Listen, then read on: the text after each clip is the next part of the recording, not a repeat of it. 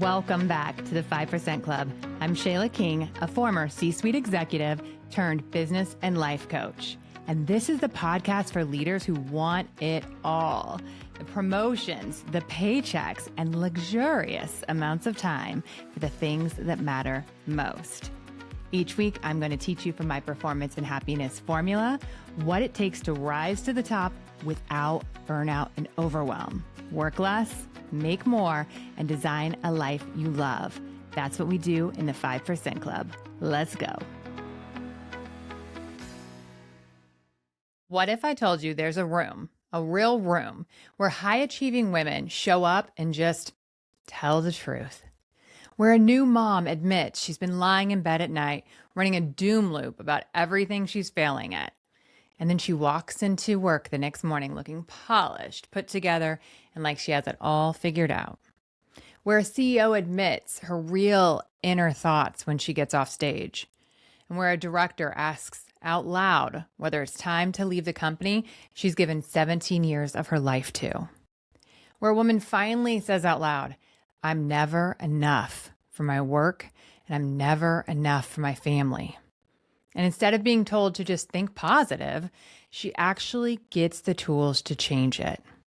That room exists, and today I'm pulling back the curtain and bringing you inside it. Welcome back to the 5% Club. I'm Shayla King, your favorite performance and happiness coach. And in this episode, I'm giving you something I've never given publicly before, a behind-the-scenes look at what the first month inside the Performance and Happiness Lab actually looks like. Not the marketing, not the highlights reel, the real thing. Month 1 covers 4 subjects: the model, executive essentialism, executive networking, and physical energy. 1 per week. Each one designed to work on your results and your life at the same time, because that is the whole point. All right, let's go. Chapter 1, the model. Week 1 is the model, and I put it first on purpose. Everything else we do in the lab runs through it. The model is simple. Your circumstances are neutral. Your thoughts about those circumstances create your feelings. Your feelings drive your actions, and your actions create your results. That's it. 5 letters, infinite application. This was created by Brooke Castillo in the Life Coach School. And what I love about it is that there is not a situation in your life that it won't work for. And you can diagnose exactly why you're feeling the way that you're feeling and exactly why you're getting the results that you're getting. One of the 5%ers said it perfectly at the end of this session. I don't want to get out of my head. I want to change what's in my head. That's the whole week right there. One of our 5%ers came in that week working through something that looked on the surface like a performance problem. Her team was building something brand new, never been done before, and her boss kept giving feedback that the work was not landing. Frustrating, demoralizing, and very easy to spiral on. So we ran the model. And what we found? The thought she was using to stay motivated was actually part of the problem. She was trying to feel confident, trying to feel like she knew what she was doing. And she didn't. Not yet. This was new. And waiting to feel confident before taking action, it's actually a stall. That's the model working against you. The breakthrough that I gave her, a different frame. What if instead of needing to feel confident, she allowed herself to feel curious? What if the thought was, I have a plan. I'm comfortable experimenting. This is going to be a fun game to figure out. I love gamification. And suddenly, the whole puzzle changed because you can operate in ambiguity when you're curious. You can't when you're waiting for certainty that's never coming. It's like my pillbox method. You just keep trying different ways to get in until one works. And 5%ers don't quit. They evaluate, they adjust, and they try again. It's not a skill. It's a decision. A decision that we can believe in ourselves, not because we know the path, but because we know we are the type of people that will continue to show up until we figure it out. That's the belief. The belief is in your curiosity and your resilience and your ability to trust in the fact that you have gone into things you don't know or understand before and you figured them out, one puzzle piece at a time. And just because the key takeaway really for week 1 is that just because your brain has a thought does not mean it's true. And just because it's true does not mean it's helpful. And you, my friend, get to decide what you think. And that decision changes everything downstream. Your feelings, your actions, your results. The model isn't just a coaching tool. It's a language. And you can use it every time you don't like where you're headed. One of the things that I have found most useful in my entire life is the knowing that I do not have to think about things that do not make me happy. And so inside the Performance and Happiness Lab, I actually teach you how to catch that doom loop when it's happening. For me, it would happen a lot like as I'm going to bed at night. You know, all the injustices of the world, all the villains that we want to convince people that we have in our lives that did unfair things to us. And when we learn that even if it's true, if it makes us feel like shit when we're thinking about it, we don't have to keep thinking about it. That is the beauty of understanding that we control our thoughts, and our thoughts create our entire life. All that is covered in just week 1. So fun. All right, let me take you in behind the scenes to week 2. This is where we cover executive essentialism. And it's one of my favorite subjects on the planet. And I say that every single time, so you know I mean it. Executive essentialism is the art of saying no to almost everything, so you can say a full body yes to what actually matters. Not because you're lazy, not because you don't care, because the most successful people in the world say no to almost everything. It's one of my favorite quotes ever. It's from Warren Buffett, and it's the difference between successful people and really successful people is that really successful people say no to almost everything. And the difference between busy and effective isn't discipline. It's essentialism. And so many of us women just try to figure out the productivity hack. How somehow that is going to let these world's crazy expectations, if only we can master productivity, then it would all work out. Then we could be everything to everyone and get everything done. It's simply not true. So instead, we learn executive essentialism, which is how to focus on the things that matter most and how to let go of everything else. So let me tell you a little story about me that will help bring this to life. So I used to be a hot mess mom. And I mean that literally. So every time I would be meeting a colleague at the airport for a flight, I would get a call or a text saying, Shayla, are you going to make it? Are you going to miss our flight? I'm like, oh no, I got this, right? Because I don't like to waste time. So I purposefully get to the airport late and try to be one of the last people on the plane so that I can get all these other things done in my life. And I literally thought it was like a productivity hack and other people were just wasting their time while I was being so effective.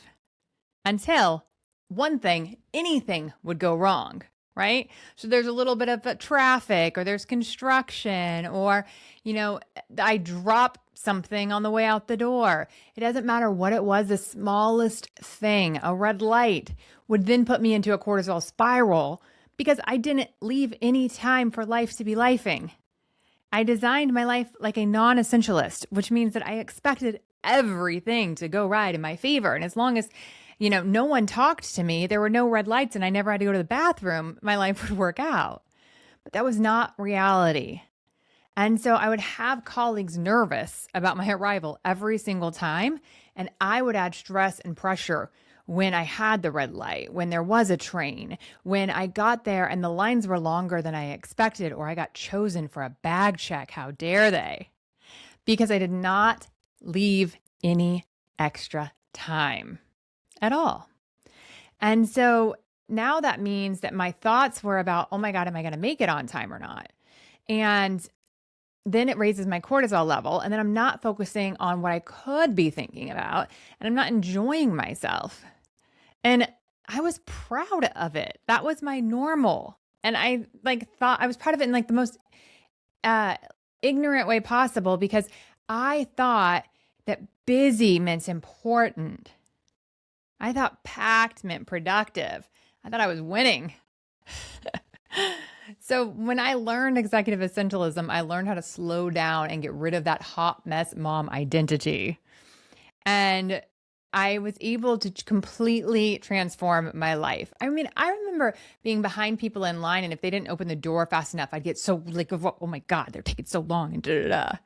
And now I like laugh at old Shayla because I have luxurious amounts of time for the things that matter most. And I always add in that extra time. So not long ago, I had a flight out of Austin and there was an accident on the highway. And so I took a detour around and I hit another one. And what should have been a 35-minute drive turned into 90. And I was talking to a friend on the way, and she began like losing her mind on my behalf. Oh my God, are you going to make your flight? Are you stressed? What are you going to do? And I said, of course not. Like, I'm going to make it because I have luxurious amounts of time. Now I get to the airport early. And then this is wild, y'all. I did not even know this was possible before. But did you know you can actually go through security and like get a drink and sit at your gate? They let you do that. And then like if you have extra time, then you could pull out your cell phone or your laptop if you need to get a few things done. You don't have to do it before you get there and then have the stress and the pressure. You can actually, they let you arrive early and then have the freedom to just let things work out without any pressure. And I just remember in this moment being like, oh my gosh, what a change that I have made in my life from hot mess mom Shayla to who I am now, where even 90 minutes of drive time didn't stress me out. That's the transformation I want for every woman in the lab. Not from chaos to perfect, but from chaos to intentional. The old me needed everything to go right. The new me builds in a life where it doesn't have to. I have that space. And your calendar, it doesn't lie. Whatever is scheduled is what you've said matters. If your most important priorities are floating in your head somewhere and someone else's meeting is on your calendar, that's the gap.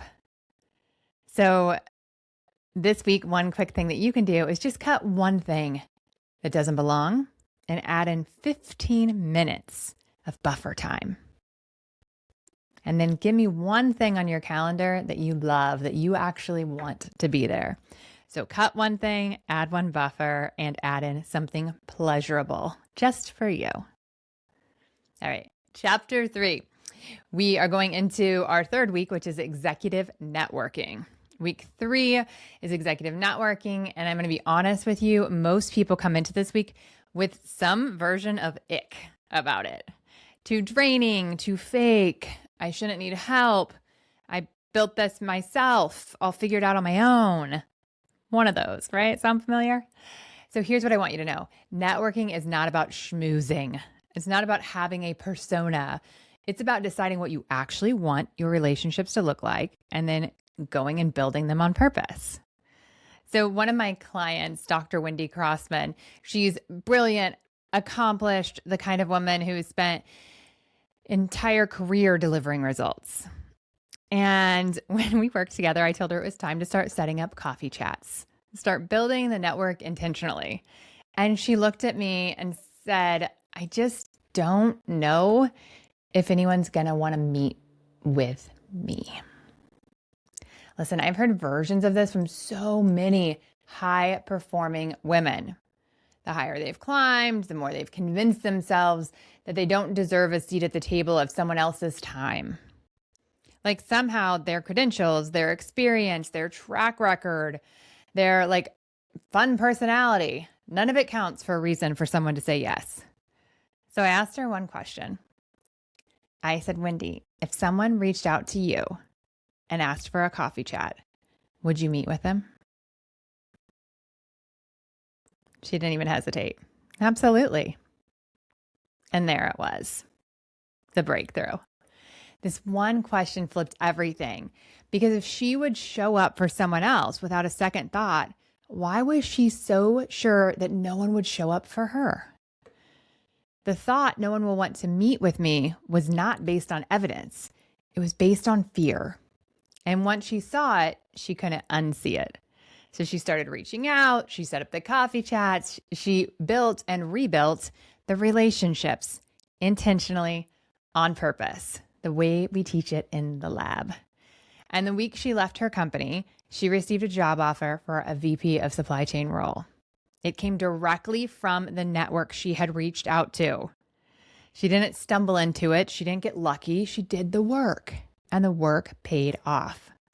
That's what's possible when you stop waiting for someone to discover you and you start making sure the right people know you exist.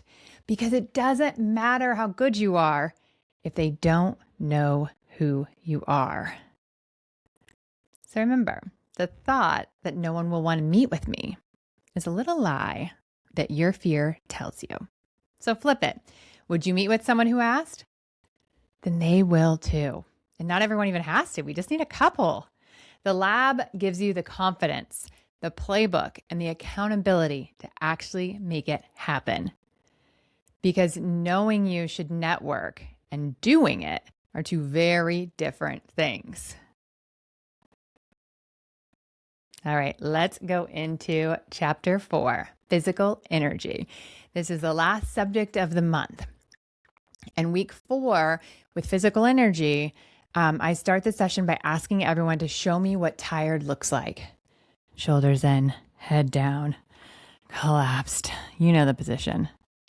Then I ask them to show me what commanding a room looks like. Raising your chest 2 millimeters. It's all it takes. Lifting your sternum just 2 millimeters and your whole energy shifts. Tony Robbins taught me that one, and I've never forgotten it. Your body is not separate from your performance. It is performance. Sleep, food, movement, rest, recovery. These aren't wellness extras. They're the operating system, and you are the asset. One of my 5 percenters came into this session running on empty.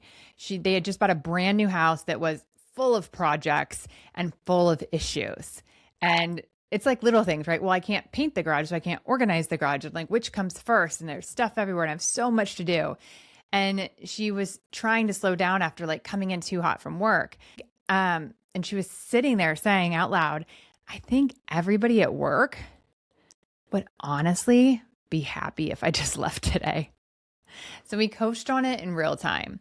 What actually has to get done today? One thing.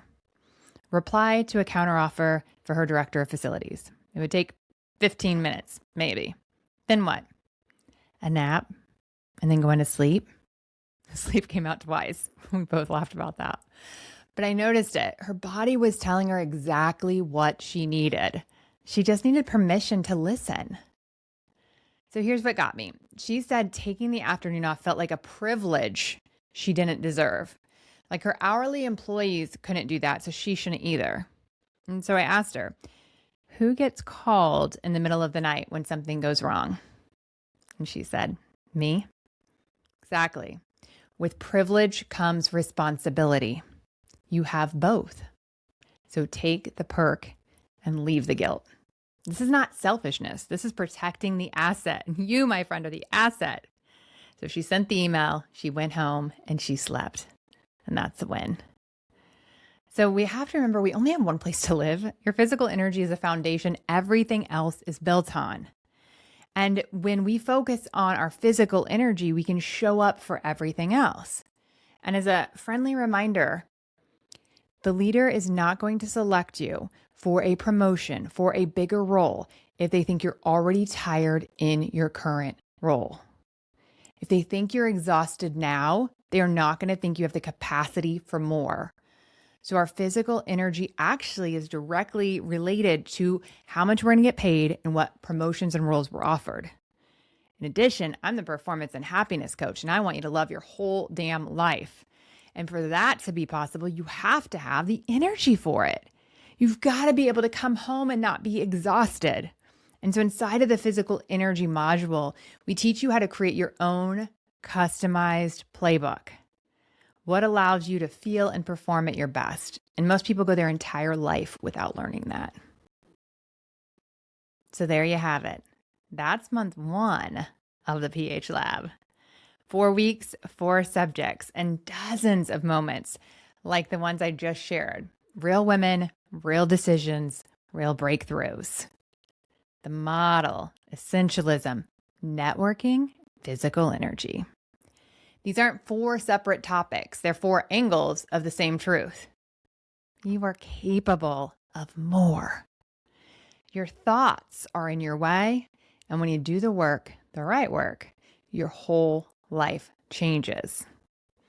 Now, if you've listened to this and felt something, if you recognized yourself in any of those stories, I want you to know that a new cohort is coming, and we will have an early enrollment option opening in May for our fall cohort. And it will be full of bonuses for the women who are ready to move first.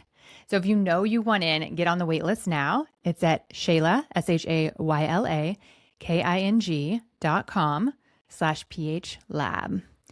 In there, you'll also find everything that you need to know about the Performance and Happiness Lab. So don't wait. The women who change their lives are the ones who decide. All right, friends, I'll see you next week. Thanks for joining me in the 5% Club today. If you're ready to make more, work less, and design a life you love, then go to ShaylaKing.com and join the waitlist. You'll be the first to know when there's openings to work with me in one-on-one coaching or the Performance and Happiness Lab, my group container where you will learn to be a high-performing, highly paid executive who loves your whole life. I'll see you there.